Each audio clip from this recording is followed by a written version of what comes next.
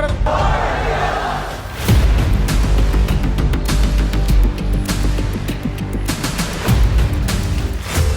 नववर्ष 2024 में राजनीतिक चेहरों की भविष्यवाणी क्या कहती है राजनेताओं की जन्म कुंडली और राशि।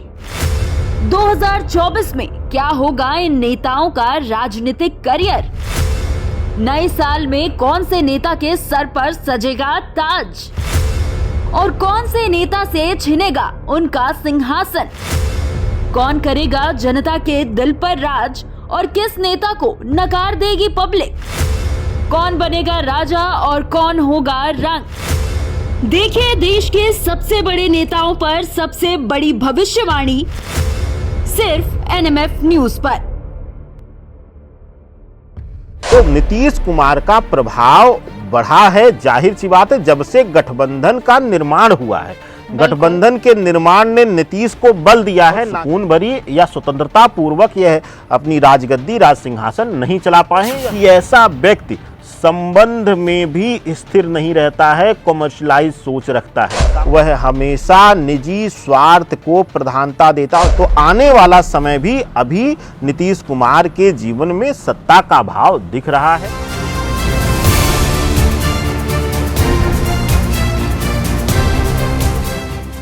नमस्कार, एनएमएफ न्यूज देख रहे हैं आप। आपके साथ मैं हूं खुशबू राय। राजनेताओं की बात कर रहे हैं कि उनकी कुंडली 2024 में किस तरीके से उन्हें सफलता दिला सकती है, और इस पर चर्चा करने के लिए हमारे साथ एक बार फिर से आचार्य राकेश चतुर्वेदी जी मौजूद है। बहुत बहुत स्वागत है सर, एक बार फिर से आपका एनएमएफ न्यूज पर। अलग अलग राजनेताओं को लेकर के बात कर रहे हैं। आज हम बात करेंगे नीतीश कुमार की। बिहार के सीएम है और जैसा कि हम सब जानते हैं कि अभी कांग्रेस बहुत बुरी तरीके से 3 राज्यों में हारी है जी, ठीक है। दूसरी तरफ देखें तो ये जेडीयू के लिए और खासकर नीतीश कुमार के लिए काफी ज्यादा खुशी वाला चीज अगर देखा जाए तो वो नजर आ रहा है, क्योंकि अब उनका कद इंडिया गठबंधन में बढ़ सकता है। वृश्चिक राशि के है नीतीश कुमार, कुंडली क्या कुछ कहती है, क्या कद बढ़ेगा? देखिए, जाहिर सी बात है, आपने चर्चा किया इस 5 राज्यों के चुनाव की, तो इंडिया गठबंधन और नीतीश कुमार की चर्चा होना जरूरी था। और नीतीश कुमार की व्यक्तिगत कुंडली के लिए देखा जाए तो मिथुन लग्न की कुंडली है और साथ ही साथ उनका जो चंद्रमा है वह उनके षष्ठम भाव शत्रुगत भाव में बैठा हुआ है और जो कि वृश्चिक राशि का निर्माण करता है। अब चंद्र राशि वृश्चिक होने की वजह से और लग्न मिथुन होने की वजह से यह देखा गया है कि इससे पहले भी हमने आपके साथ एक कुंडली पर चर्चा किया कि ऐसा व्यक्ति जो होता है वह निजी स्वार्थ को ज्यादा प्राथमिकता देता है, या कह लीजिए कि नीतीश कुमार के लिए ये शब्द कहा गया दल बदलू या मौका परस्त, ऐसा व्यक्ति होता है। तो नीतीश कुमार के लिए जो आपने प्रश्न पूछा कि क्या उनका कद बढ़ जाएगा, देखिए नीतीश कुमार का व्यक्तिगत अगर बिहार की भाव और बिहार की राजनीति को लेकर देखा जाए तो बिहार की जो राजनीति है वह विशेष रूप से बुध और राहु प्रधान है। बुध और राहु प्रधान होने के नाते जो नीतीश कुमार की कुंडली है वह कहती है वहां पर किसी न किसी तरह से वह सत्ता हासिल करने में कामयाब हो जाते हैं, और एक अंतराल को छोड़ दिया जाए तो वह लगातार वहां पर काबिज रहे हैं। बस दल और समर्थन बदला है, बाकी नीतीश कुमार को नहीं कोई बदल पाया है। बिल्कुल। तो ऐसी स्थितियों में अभी जो वर्तमान गोचर की स्थिति है, जैसा कि इस समय बुध जो है वह नीच का नहीं था। अगर मुझे लगता है कि नीतीश कुमार को इन राज्यों में प्रचार का मुख्य चेहरा गठबंधन की तरफ से रखा जाता, और क्योंकि गठबंधन दिखा ही नहीं और इसलिए हम अब गठबंधन की बजाय नीतीश कुमार की व्यक्तिगत कुंडली पर ज्यादा चर्चा करेंगे। तो नीतीश कुमार का प्रभाव बढ़ा है, जाहिर सी बात है, जब से गठबंधन का निर्माण हुआ है। गठबंधन के निर्माण ने नीतीश को बल दिया है, ना कि नीतीश को कमजोर किया है। बल्कि अगर गठबंधन निर्माण नहीं हुआ होता तो नीतीश कुमार कमजोर रहते राजनीतिक रूप से, लेकिन अब उनका कद और बढ़ जाएगा ग्रही दृष्टिकोण से। उसका एक और मूल ज्योतिषीय कारण है खुशबू जी कि इनकी कुंडली में सूर्य बुध गुरु राहु एक साथ नवम भाव में है। सूर्य बुध राहु दर्शाते हैं। सूर्य बुध व्यापारिक दृष्टिकोण से दर्शाते हैं। व्यापारिक कैसा कि हर चीज में निजी स्वार्थ, निजी लाभ की इच्छा रखने वाला। और राहु बैठने की वजह से इनका जो है वह राज सत्ता पर समय समय पर ग्रहण वह लगा देता है, इनके लिए तनाव दे देता है। तो इसीलिए बहुत सुकून भरी या स्वतंत्रता पूर्वक यह अपनी राजगद्दी, राज सिंहासन नहीं चला पाए हैं, या शुरू से इनका देखा गया है। अब दूसरी चीज आती है शुक्र मंगल की स्थिति दशम भाव में। दशम भाव में शुक्र मंगल शत्रुगत भाव में रहता है।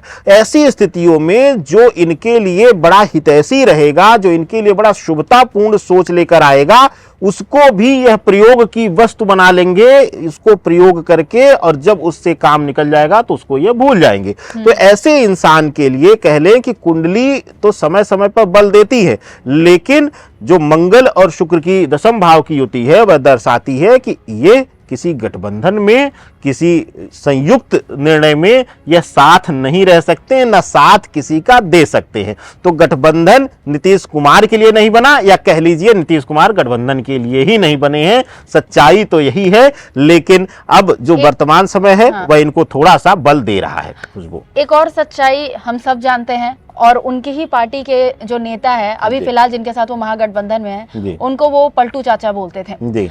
2024 आने वाला है, अगर क्या लगता है, आपने बोला कि स्वार्थी है वो अपनी कुंडली के हिसाब से, तो क्या लगता है कि फिर से पलटी मारेंगे, अपने स्वार्थ को देखकर मार सकते हैं? क्योंकि अभी तो फिलहाल वो दावा कर रहे हैं कि नहीं वो इंडिया गठबंधन के साथ है, लेकिन जैसे ही उन्हें अपना फायदा दिखा तो क्या वो स्वार्थी एक बार फिर से हो जाएंगे?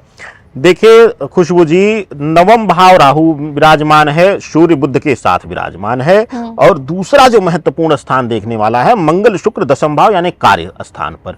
मंगल शुक्र के बारे में एक दर्शकों को भी और आपको भी एक छोटी सी बात बताता चलूं कि अगर आप लोग मंगल शुक्र की युति के बारे में अध्ययन करेंगे और इसकी गहराई से अध्ययन करेंगे तो देखेंगे कि ऐसा व्यक्ति संबंध में भी स्थिर नहीं रहता है, कमर्शियलाइज सोच रखता है सामान्य रूप से। अब भी राजनीति को छोड़ दीजिए, सामान्य रूप से भी ऐसे व्यक्ति मौका परस्त होते हैं और मौके की तलाश करते हैं। तो इनके लिए जो आपने शब्द बताया कि लोग इनके लिए राजनीतिक गलियारों में पलटू चाचा या पलटू के नाम से, पलटू राम नाम से, तो वो कोई गलत नहीं है। ऐसा व्यक्ति जो है वह हमेशा निजी स्वार्थ को प्रधानता देता और जैसे ही मौका मिलता है वह लपक लेता है।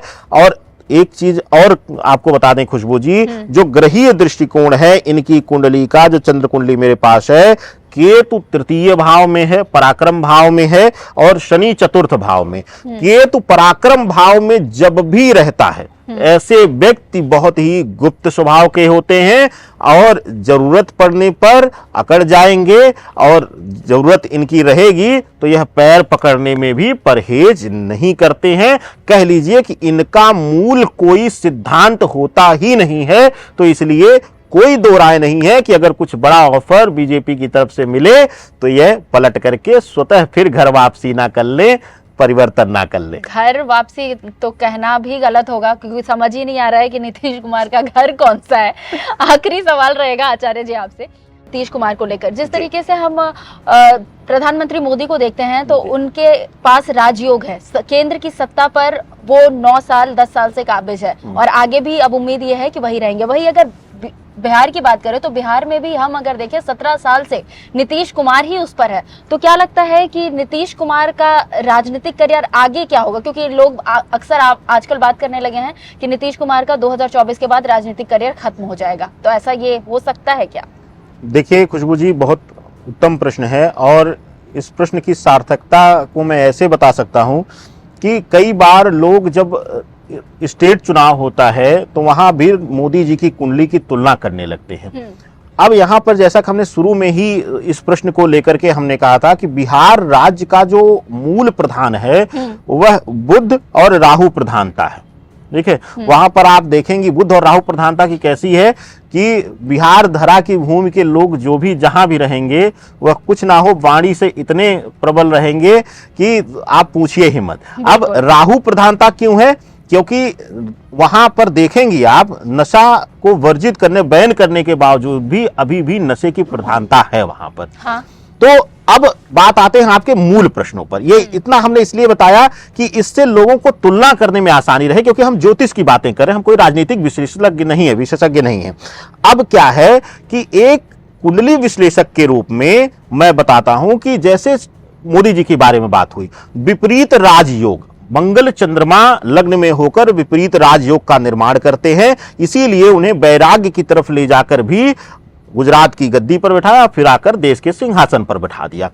अब इसी स्थिति में बात किया जाए कि देता कौन कौन है राजयोग, शनि, मंगल, सूर्य जी, और राजनीति में राहु।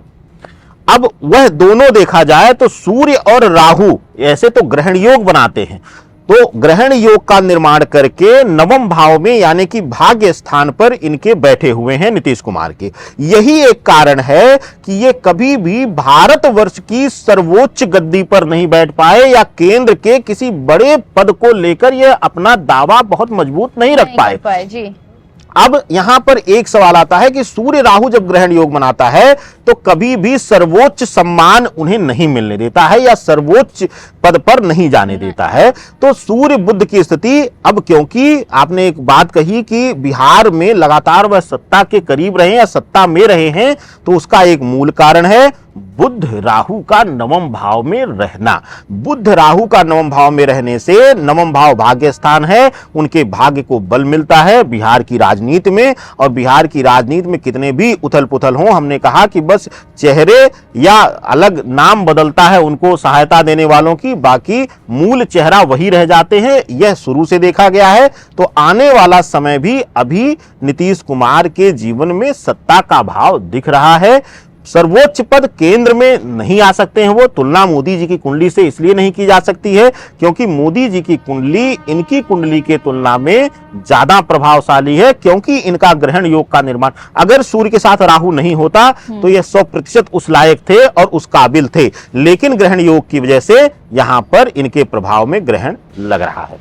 चलिए, तो नीतीश कुमार जी की कुंडली क्या कुछ कहती है, इसके बारे में आचार्य जी ने बहुत ही खुल करके, बहुत ही तरीके से बताया है कि क्यों नीतीश कुमार केंद्र तक नहीं पहुंच पा रहे हैं, क्यों उनकी कुंडली उस तरीके से प्रभावशाली नहीं है जिस तरीके से पीएम मोदी की है। खैर, अलग अलग राजनेताओं की कुंडली के बारे में बात कर रहे हैं, उनके राजयोग कैसे होंगे इसके बारे में बात कर रहे हैं, और सभी राजनेताओं के बड़े बड़े चेहरों के बारे में जानने के लिए हमारे चैनल को जरूर से जरूर सब्सक्राइब करें, बेल आइकन दबाना बिल्कुल ना भूलें। नमस्कार।